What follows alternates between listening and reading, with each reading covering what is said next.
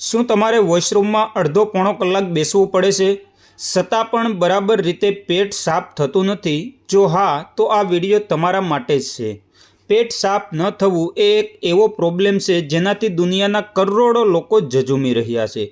આપણે ઉપચાર જોઈશું જે પેટના આંતરડામાં જમા થયેલો જૂનામાં જૂની ગંદકીને બહાર ફેંકીને આંતરડાને ચોખ્ખા કરે છે।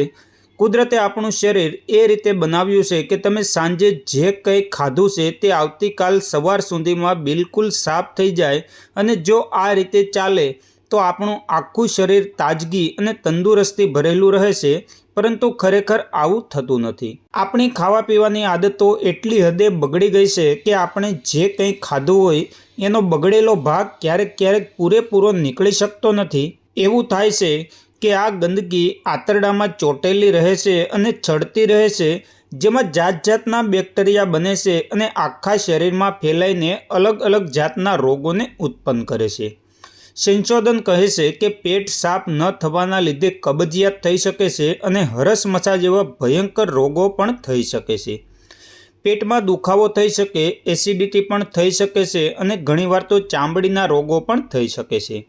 એટલા માટે આપણા પેટની અને આંતરડાની પૂરી સફાઈ કરવી ખૂબ જ જરૂરી છે। તો શરૂઆત કરીએ ત્રિફળાથી। ત્રિફળા ખૂબ જ પાવરફુલ ઔષધિ છે। તે આમળા, બહેડા અને હરડેથી બને છે, જે આપણા આંતરડાની મૂવમેન્ટને સિમ્યુલેટ કરે છે। તેનાથી આંતરડામાં જામેલી જે ગંદકી છે તે સરળતાથી બહાર નીકળી જાય છે। 2012માં કરવામાં આવેલા સંશોધનમાં એ વાતની ખાતરી થઈ કે એક ખૂબ જ સારી અને પૂરેપૂરી સેફ ઔષધિ છે। ત્રિફળા તમે રાત્રે સૂતા પહેલાં અડધીથી 1 ચમચી સાધારણ ગરમ પાણીની સાથે લઈ શકો છો। બીજા દિવસે તમારું પેટ બિલકુલ સાફ થઈ જશે। બીજું છે ઈસબગુલ। જો મિત્રો તમે ઈસબગુલ લઈ અને તેને પાણીમાં નાખો તો થોડી જ વારમાં જોશો કે પાણી જેલી જેવું ઘટ થઈ જાય છે। આવું એટલા માટે થાય છે કારણ કે તેમાં ઇન્સોલ્યુબલ ફાઇબર હોય છે। જ્યારે આપણે ઈસબગુલ ખાઈએ છીએ ત્યારે પેટમાં તે પાણીને શોષે છે અને જેલ જેવું બનાવી દેશે, જેથી આંતરડામાં ચીકણાપણું આવે છે અને આંતરડામાં જામેલી જૂની ગંદકી બહાર નીકળવામાં સરળતા રહે છે। તેનો ઉપયોગ કરવા માટે તમારે ઈસબગુલ રાત્રે સૂતી વખતે સાધારણ પાણીમાં ભેળવીને તરત જ પીવાનું છે। તેના માટે તમારે ફક્ત 2 બાબતનું ખાસ ધ્યાન રાખવાનું છે કે જમ્યા પછી કલાક પછી પાણી વધુ માત્રામાં પીવાનું છે, જેથી સૂતી વખતે જ્યારે તમે ઈસબગુલ લો તો તે તમારા પેટમાં સારી રીતે ફૂલી શકે અને જેલ સારી એવી બની શકે અને ચીકણાપણું પેદા થઈ શકે। જો તમે પાણી કે દૂધમાં ભેળવો તો જેટલું બને તેટલું ઝડપથી તેને પી લેવું, જેથી એ વધુ ફૂલીને જેલ જેવું ના બની જાય। કેમ કે એવું થાય તો ખાવામાં તકલીફ થઈ શકે છે અને કેટલાક એવું ખાવામાં વોમિટ જેવું પણ થઈ શકે છે।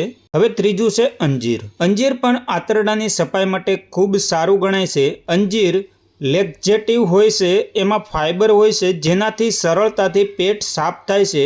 તમે સૂકા અંજીરને એમ જ ખાઈ શકો છો, પણ આયુર્વેદ કહે છે કે તમારે અંજીરને રાત્રે પાણીમાં પલાળી અને સવારે એ જ પાણી પી અને અંજીરને સારી રીતે ખાવું જોઈએ। અથવા તમે અંજીરને દૂધમાં ઉકાળી દો, તે દૂધ પીને અંજીરને ચાવીને ખાવું જોઈએ। તેનાથી પેટ સાફ થાય છે અને શરીરમાં તાકાત પણ વધે છે।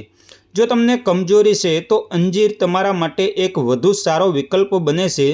તો મિત્રો, આ હતા એ 3 ઉપાયો જેની મદદથી તમે તમારા આંતરડાની સફાઈ કરી શકો છો।